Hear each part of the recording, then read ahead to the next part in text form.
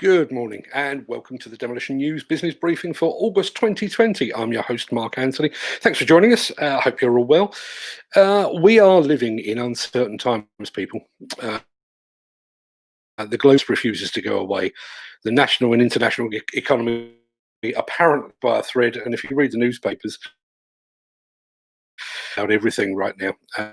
A monthly reality check in which we look at the facts concerning current demand in the UK construction sector. We can offer you no gloss or no unfounded opinion and certainly no outrage. All we can offer you today is cold hard facts gathered by and verified by the team at BCLive and the Builders Conference. If you're watching live, please feel free to ask any questions or post comments and we'll address those as we go along. And please be sure also to head over to BCLive or bclive.co.uk. You should be seeing the URL scrolling across the bottom of the screen there. We will be right back after this with Neil Edwards, the CEO of the Builders Conference.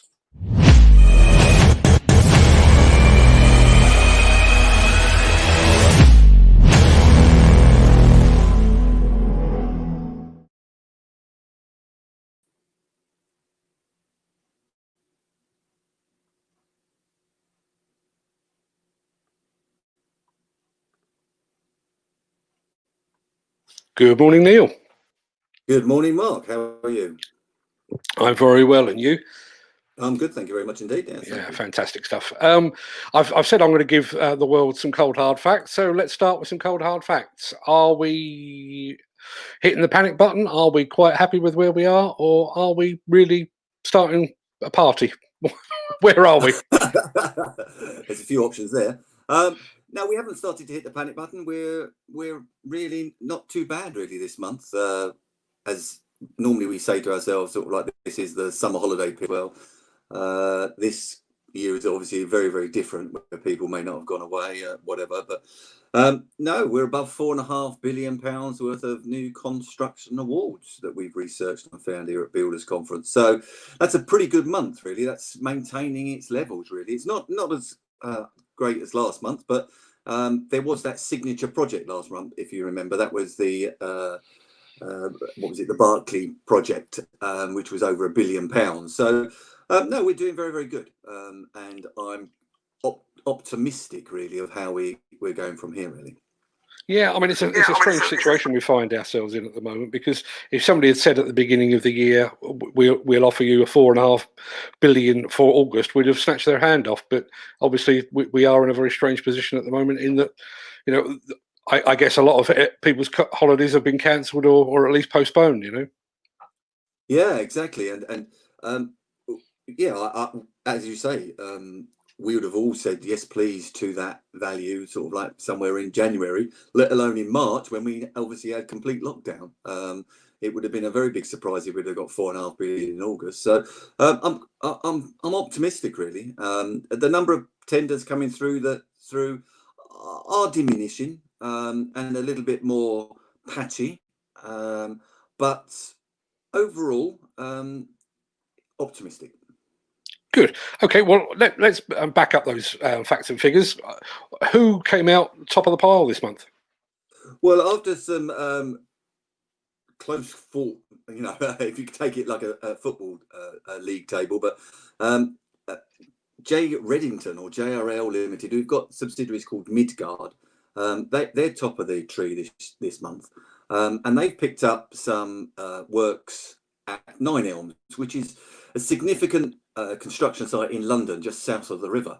Some people say it's the gentrification of that kind of area, but it's a number of housing developments and office developments and mixed-use developments are going on there. So they've picked up a couple of projects there. One was 230 million, and the other one was about 150 million. And some of it is enabling works. It's affordable housing. And so we put it under a mixed-use development because it cannot be identified as just pure housing. But it is a huge project in that area. So they're top of the tree this month.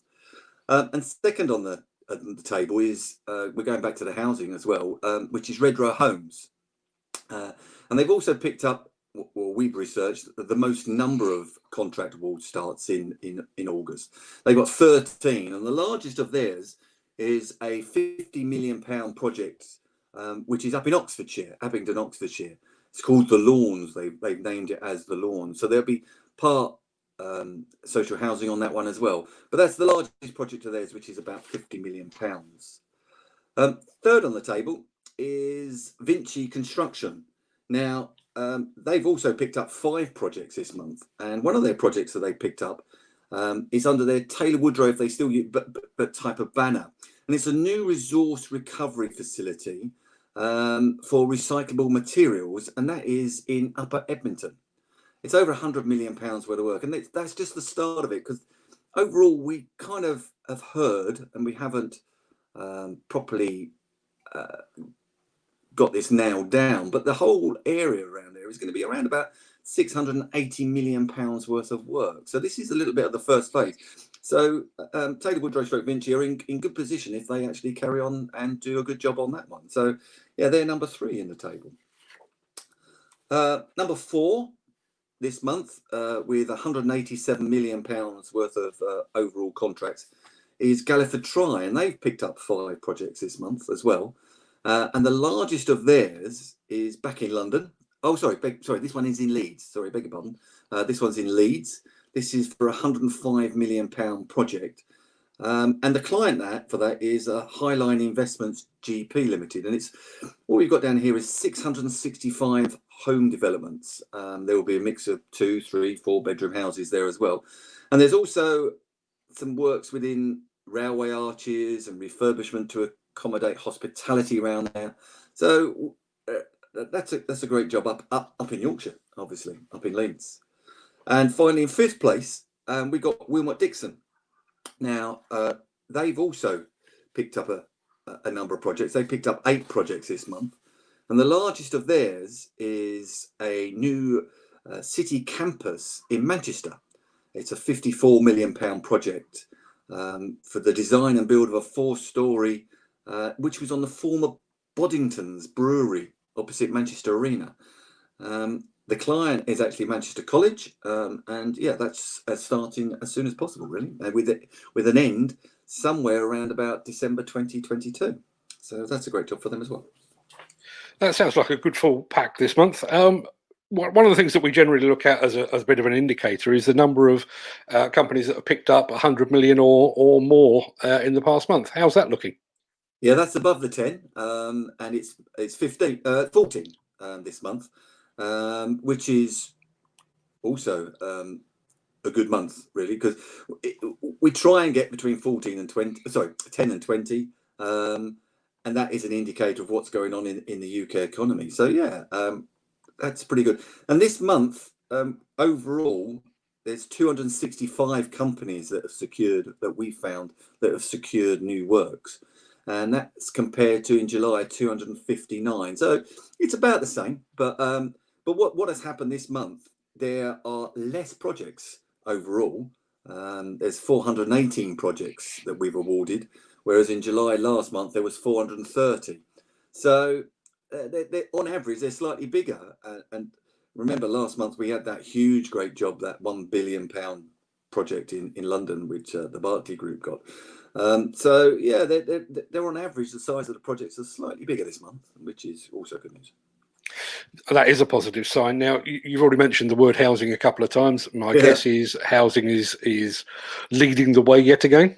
Yes, I say it every month, and it is, but it can cause a little bit of concern, really, because you know the dependency from the construction industry on such a single sector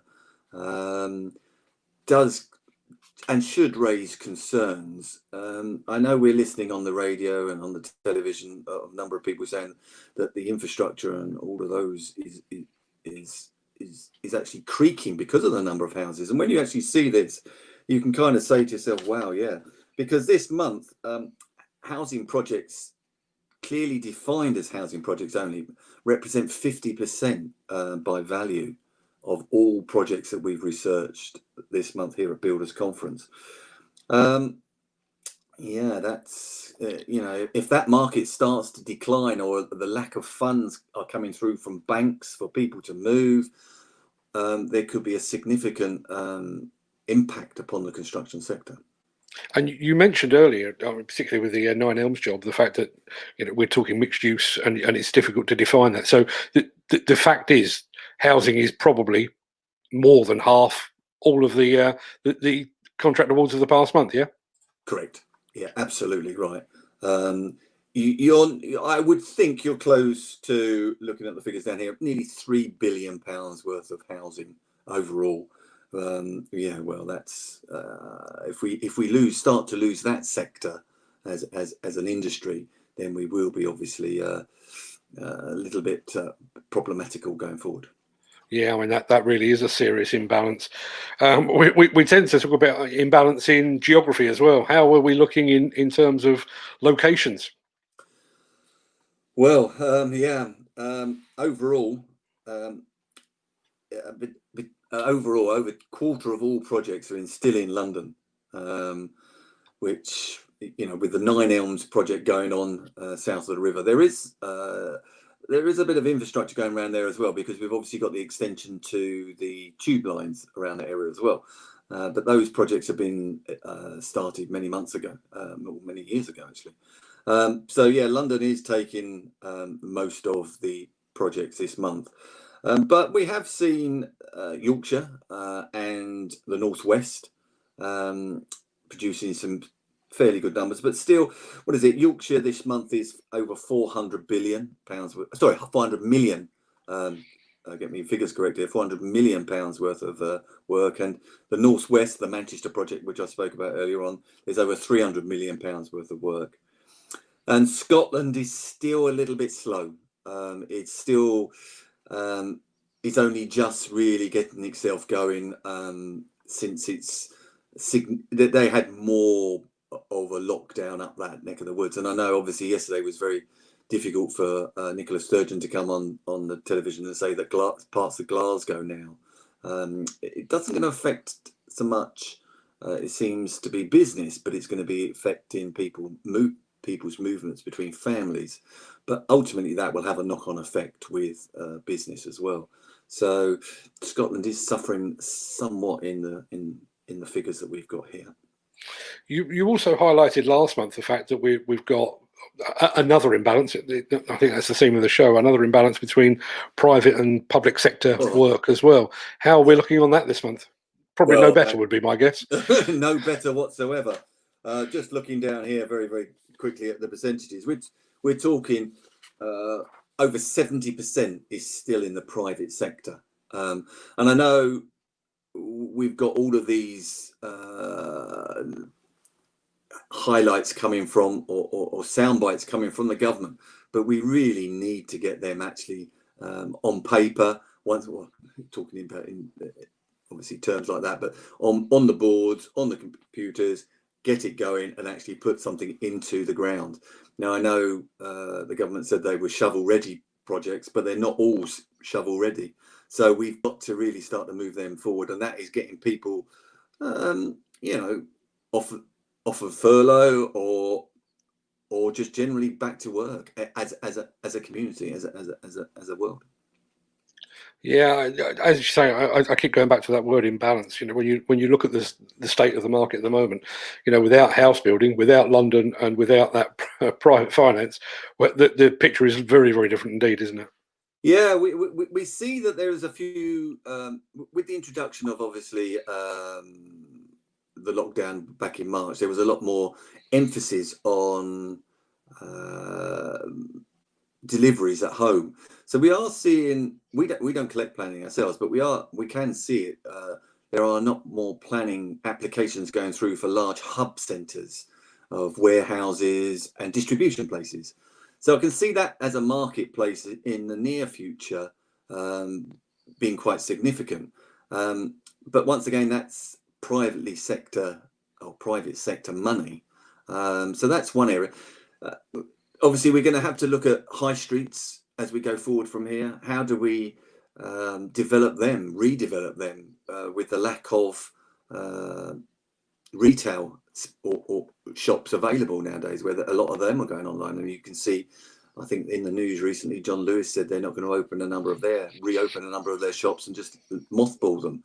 So what's actually going to happen to that space? Is it going to become multi-use, or is it going to be put back into housing because it's already there, so it can be quicker?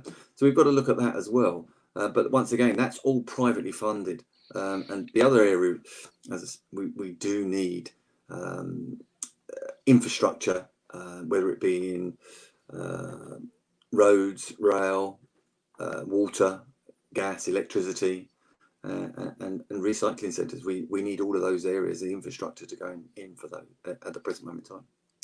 Now, I said at the outset that we will only deal in cold hard facts, and that's obviously your stock in trade. But where are we now, do you think?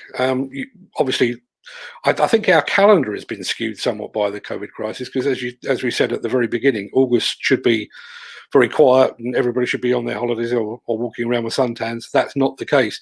So what are you expecting as a knock-on? What are you expecting for September and possibly towards the end of the year?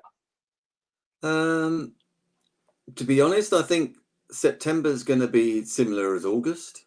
There's not going to be a great deal of return to any significant numbers in the contract awards. And then after that, you'll see obviously the stopping of the furlough scheme, which will have an impact, there is no doubt. And you've also got Brexit. So I don't want to say I'm not optimistic, but I can only see a few more bumps in the road coming up as we go forward from here, because there is so much uncertainty, and we really have got to get under the control of COVID, or the spread of it, because I know we may be testing more, and therefore the number of positive results is going to be greater, but that just puts a little bit more of uncertainty within the general public, whether they want to go out and purchase anything or buy anything, which obviously fuels the economy, which fuels the construction industry and the investment in it. So I think we're looking, as we go into winter, if we can maintain this 4 billion up to the new year, then that'll be great. But am I optimistic? Not as optimistic, because the number of tenders going through does not suggest that's going to happen. It's so surprising you just said the word Brexit, and in my head that's almost been pushed to one side. COVID has hogged the headlines for so long now that Brexit just got and lurks over in the background. But yeah, as you say, that's going to come back and bite us at some point, isn't it? Oh, absolutely. We don't know whether we're going to be working on what type of increases at all through the marketplace, and that's going to affect, if we're purchasing materials from abroad, how much are we going to be increased, how much extra taxes we're going to be paying, or are we going to World Trade Organization percentages? It just puts another layer of uncertainty going through what was already an uncertain year. Yeah, the year of uncertainty. I think that's the headline that we'll end up with when we look back at this year, to be honest. Well, there is no manual to this, is there? That's what the biggest thing is that because we don't know what's going on as such, we're trying to not make it up as we go along, because there are obviously people out there that have greater minds than myself. However, there is. There is, as I say, there is no manual, and every day is different. And one day you can open the borders or the air travel to Portugal, and the very next week it's all stopped again. And that's how uncertain it all is at the end of the day, and that can be reflected across the whole of the sector. And my guess is that the builders conference is still furloughed. You're working from home today. I take it the rest of the team are doing likewise. Yeah, we're not furloughed. We're working remotely. We're all working. All right. Okay. Yeah, we're all working remotely. We were very fortunate, or it was good fortune, that we invested heavily a couple of years ago in a digitally advanced platform of our information, and therefore it made it very, very easy to work from home. But yes, I don't see in the near future. Our office is quite small. There are a number of staff in there. There would be a number of staff in there, and to maintain any kind of health and safety in that, that will be replicated across the UK. You know, we're not unusual, and so yeah. But all the staff are working very, very well at home, and they're partly enjoying it. Obviously some of the weather they've had at home is it would be really stuffy working in an office. So at least they've got the opportunity to have a little bit more air conditioning. No, absolutely. Okay, Neil, look, I've been playing the BCLive.co.uk URL across the bottom of the screen. I assume that's the first place for people to go to find out more? Yeah, that's our headline news area. BC, obviously Builders Conference Live. It gives you a table exactly. As soon as we find out who's secured a project, the headline rate or the headline goes to the BCLive website. But the details are contained via our actual Builders Conference website, which is obviously a subscription based to find out the absolute in-depth detail. But the highlights can be seen free of charge on the BCLive website. Yeah, interestingly, I had a very quick look at that this morning, and I think we're already at 250 million for September. We're only a day and a bit in, so that's another positive bit of news, isn't it? It is. I saw that as well. You know, that's fantastic. You know, we're 250 million pounds in, and as I say, I hope if we can get 4 to 5 million or billion, this month, and to the end of the year, I think we would have actually done pretty well in 2020 as an industry. Absolutely. Well, I hope somebody's listening to that and can make that happen. Neil, it's been a pleasure as always. I'm going to let you get back to the day job or go and unpack your holiday clothing, because you're going back into lockdown again, aren't you? Yeah, absolutely. I just returned obviously late last night, so I'm now on 14 days quarantine because I went to France. But yep, I'll go unpack my bags, and I'll speak to you soon.